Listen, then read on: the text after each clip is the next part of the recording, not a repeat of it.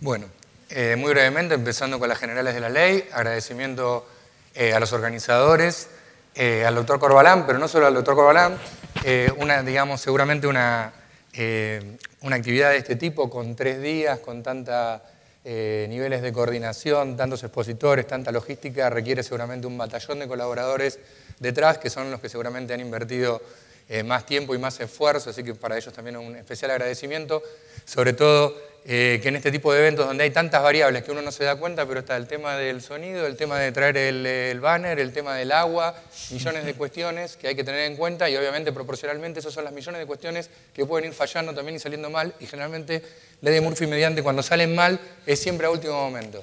Pero bueno, agradecimiento para todos ellos. Me toca el desafío de ser el último orador del último panel del último día, de una jornada de 3 días, lo cual impone, me ha tocado ya 2 o 3 veces, con lo cual ya estoy entrenado, y me impone el doble desafío de que no se duerman y de ser muy breve. Sobre todo encima porque lo tengo como coordinador al doctor Elgasi del Tribunal Superior y no quiero someterme una vez más a la jurisdicción del Tribunal Superior porque no me fue muy bien una vez que me tocó. Así que esta vez voy a tratar de evitarlo.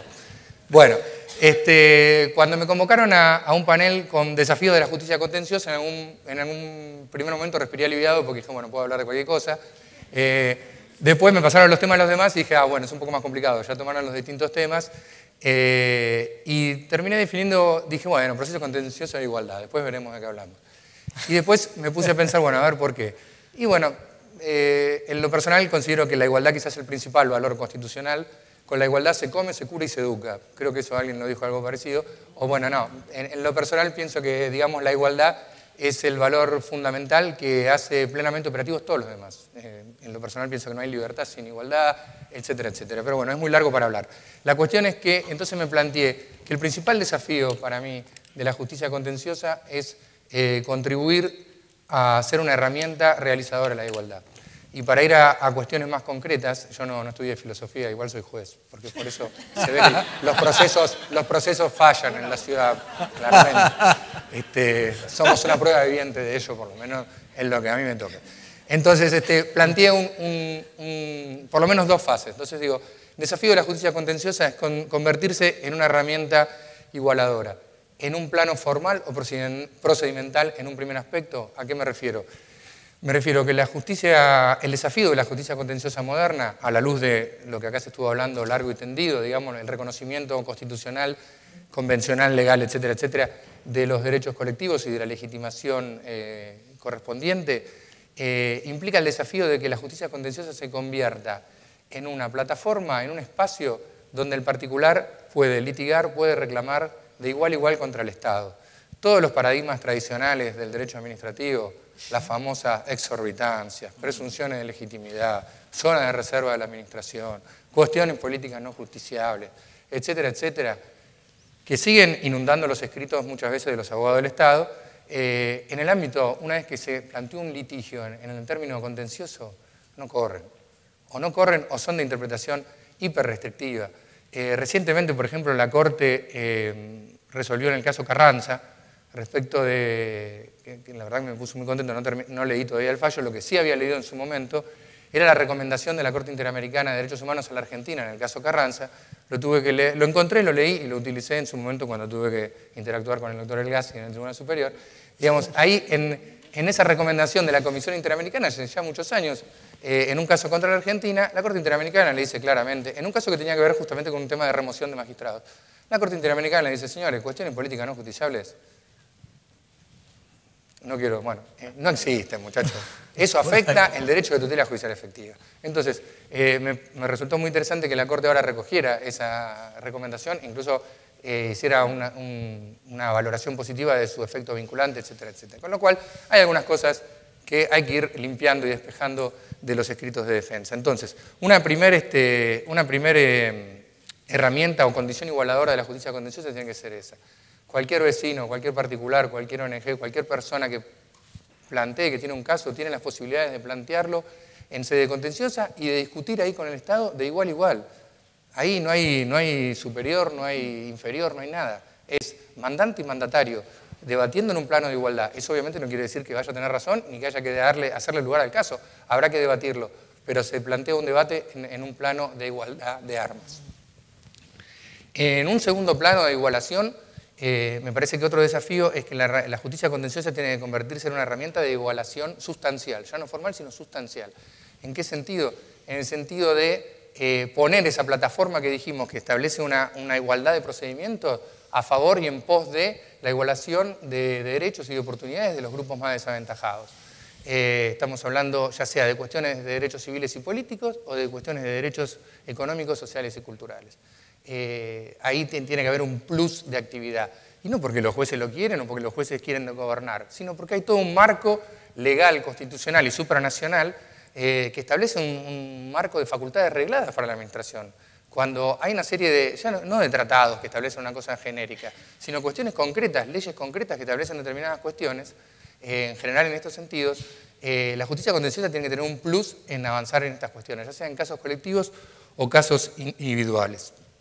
Y en este sentido, es interesante el argumento que escuché en otros paneles, que se habla mucho, el tema famoso, el tema contramayoritario, que en su momento cuando se inició en general, la cuestión en general y el cuestionamiento sobre el rol de los jueces y el famoso cuestión contramayoritaria tenía que ver con avances del legislativo en materia de conceder más derechos, poner limitaciones a la propiedad privada, desarrollar intervención del Estado en la economía.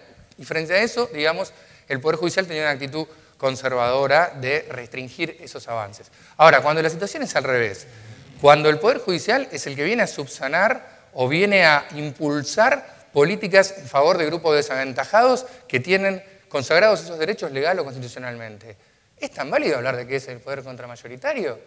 A ver, por ejemplo, yo leí el año pasado una encuesta, decía 22 de julio del 2012, Diario La Nación, no estoy hablando de Página 12, no estoy hablando de Tiempo Argentino ni de ninguna otra cuestión. La Nación dice, solo el 21% de los argentinos están en contra del matrimonio entre personas de igual sexo. El 50% estaba a favor y un 20% no sabe, no contesta. Entonces, este derecho no se consagraba, afectaba claramente derechos de un colectivo determinado, obviamente minoritario, y el derecho no se consagraba. Pero mayoritariamente la sociedad estaba a favor de que se consagre ese derecho. La actuación del Poder Judicial, ¿es mayoritaria contra mayoritaria? ¿Está bien? ¿Está mal? ¿Cómo es la cosa? No es tan fácil, no es una cuestión de quedarse con latiguillos o con cuestiones así restrictivas a priori. Una de las preguntas que me habían hecho era si pensaba que estas cuestiones afectaban el principio de la división de poderes. Otra cuestión también, cada vez que un juez sale ordenando algo, se afecta la división de poderes, quieren gobernar. Bueno, veamos cada caso. La experiencia que tengo yo en general no es tan así. A ver, por ejemplo, si yo tengo un caso, ¿no?, donde hay una ley que dice, Poder Ejecutivo tiene que hacer una línea de subte. Dice, usted la estación, la ley dice, la tiene que hacer acá. Y la ley dice también, otra ley dice, y acá, esto es un área de protección histórica. Usted acá no puede mover ni una ramita, ¿no? Entonces viene el Ejecutivo, empieza a hacer la estación de subte, ¿y dónde la hace? ¿Acá donde le dijo la legislatura? No, la hace acá. O sea, la legislatura le dijo que la haga en otro lado y encima la hace en un lugar donde la legislatura, no el juez. La legislatura le dijo, usted acá no puede tocar ni una rama, no puede hacer nada, esto es área de protección histórica. El juez dice, no, señores, cumpla la ley, no, acá no la puede hacer. ¿Quién viola la división de poderes? ¿El juez o el Ejecutivo? Les dejo la pregunta. Casos como esos, millones. TC2000, vamos a hacer carreras en el medio de la ciudad de Buenos Aires. Había una ordenanza muy antigua que lo prohibía, se derogó la ordenanza, está perfecto. La ley hoy por hoy lo autoriza con un par de condiciones. Una de las condiciones es que se diseñe un esquema alternativo de tránsito que garantice similar fluidez de tránsito, ¿no? Entonces, febrero de este año, Avenida Leandro de Alem, cortada por obras. Avenida 9 de Julio, cortada por obras. Avenida Libertador, Avenida Figueroa Alcorta, cortada por la carrera. Le llega la causa a un juez y el juez le dice, bueno, a ver, dígame cuáles son las medidas alternativas de tránsito que garanticen la similar fluidez. Y le traen un mapita que le marca, bueno, Las Heras, Córdoba, Santa Fe. Colonia. No, Santa Fe y la autopista Ilia. Ajá. O sea, todo el tránsito que entra y sale de la ciudad por Libertador y por Libertador Corta se deriva de esas calles, que muchas son doble mano, que tienen colectivo, o a la Ilia, que es con peaje. Hay que resolver. No sé, ¿quién cumple la ley? ¿Quién no cumple la ley? ¿No? La carrera no se paró, por supuesto, pero digo, y así un montón de casos. Entonces, el tema de la violación de la división de poderes, hay que verlo en cada caso. Hay que verlo en cada caso. Y además hay que ver también otra cuestión que tenía que ver, por ejemplo, en un panel anterior, que escuché un panel con varios colegas, que empezaron a hablar de los casos colectivos, ¿no? Decían, no, pero en realidad las sentencias esas no se pueden cumplir, no se cumplen, son imposibles, los jueces no estamos capacitados para eso, en federal esas cosas no existen.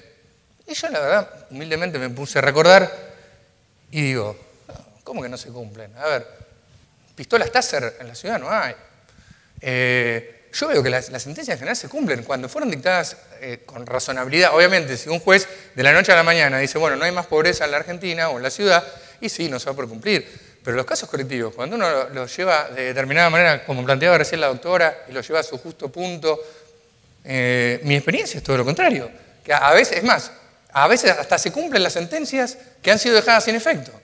Por ejemplo, esto que le contaba de Plaza Francia, la sentencia final, el expediente caducó, caducó sin instancia, no quedó. Pero la estación no se hizo, o sea, la sentencia no existe más. Y ya el Ejecutivo ahora cambió la ubicación salió una nueva ley que estableció un nuevo trazado, se cambió la traza de la línea de subte. Por ejemplo, a mí me tocó otro caso que también me sorprendió mucho. La asesoría tutelar, o sea, el Ministerio Público, una de las cabezas, plantea una demanda colectiva, complicada, porque planteaba un cuestionamiento genérico de los planes de alimentación de la ciudad, ¿no? Ciudadanía porteña y ticket social. Yo dije, otra vez, a mí me tocan todas. Claro, porque es una cosa colectiva, no un caso, no, dele de comer a esta familia, no. Ciudadanía porteña, ticket social. Ciudadanía porteña tiene 50.000 beneficiarios, ticket social tiene 30.000 beneficiarios, ¿no? Entonces, bueno, se sustancia, si son determinadas audiencias, etcétera, etcétera. Planteamos una serie de cuestiones en la asesoría tutelar. Yo lo llevé a un marco determinado, saqué una medida cautelar, ordenando una serie de cuestiones, entre ellas que se modificaran los montos, ahora les voy a explicar en qué estaba fundado. Me voy de vacaciones, yo el fallo lo saqué a fines de junio, me voy de vacaciones, tipo a fines de julio, mirando el diario me encuentro con esta tapa, el derecho a comer, ¿no?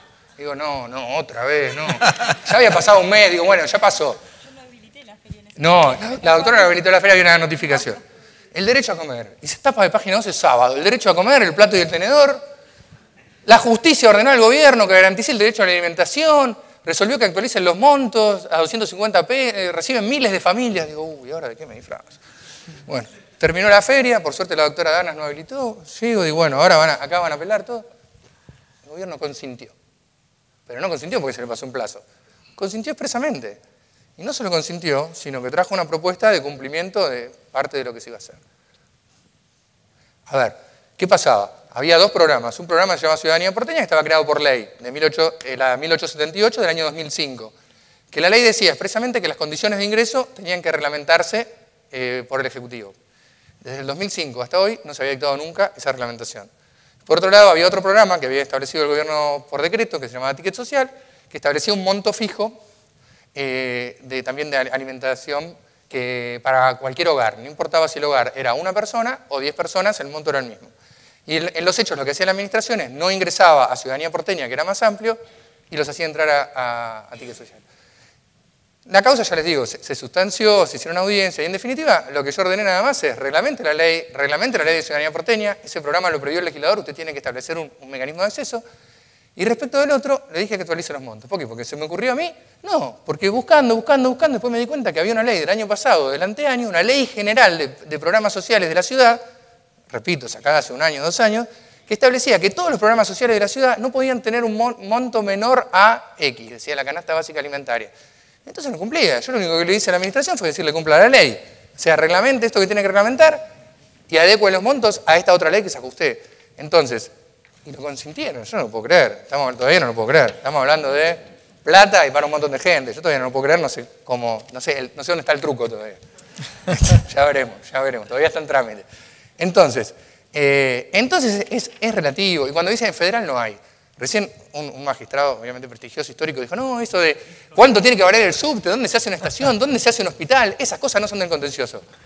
Yo era un estudiante, un humilde estudiante, pero yo me acuerdo en los 90, la Cámara Federal, rebalanceo telefónico, tarifa de gas, tarifa de trenes, viceconte, donde se le ordenó al Estado Nacional que elabore una vacuna. O sea, me parece que esas cosas pasaban también en federal.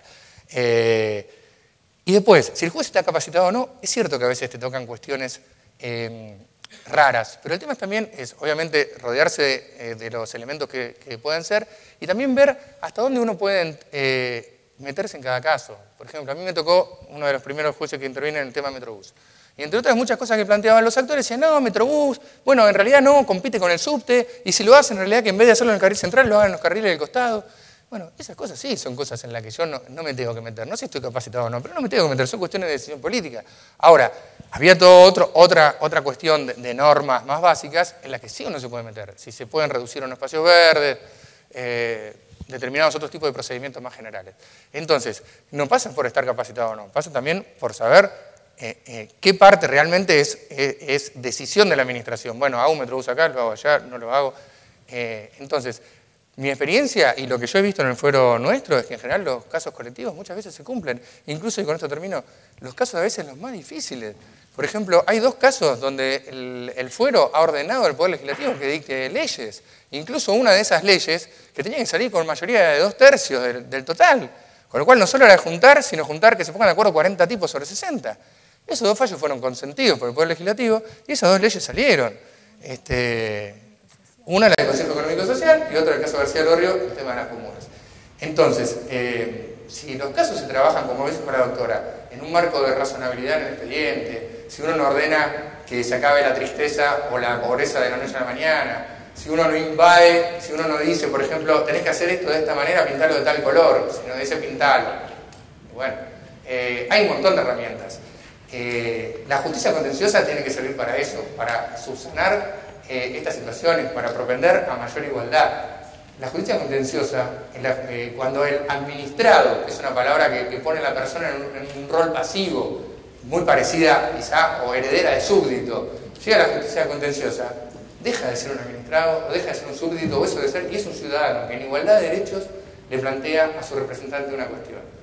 Si la justicia contenciosa puede convertirse en una plataforma que pueda materializar eso, ahí, en ese sentido, si logramos eso, ahí recién podemos estar hablando de una justicia legítima y democrática. Ya sea en el ámbito federal, ya sea en el ámbito de la ciudad, me importa poco. El tema es que la justicia sea una herramienta concreta donde los derechos se puedan exigir y donde, digamos, el principio de división de poderes se respete, sí, pero todos los poderes tienen que respetar el principio de división de poderes. Que el Ejecutivo tiene que cumplir lo que dice el Legislativo es una cuestión básica del principio de división de poderes.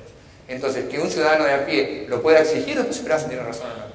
En igualdad de condiciones, ese es el desafío principal para mí, para tener una justicia realmente democrática en términos formales y sustanciales, y por supuesto en esos términos también profundamente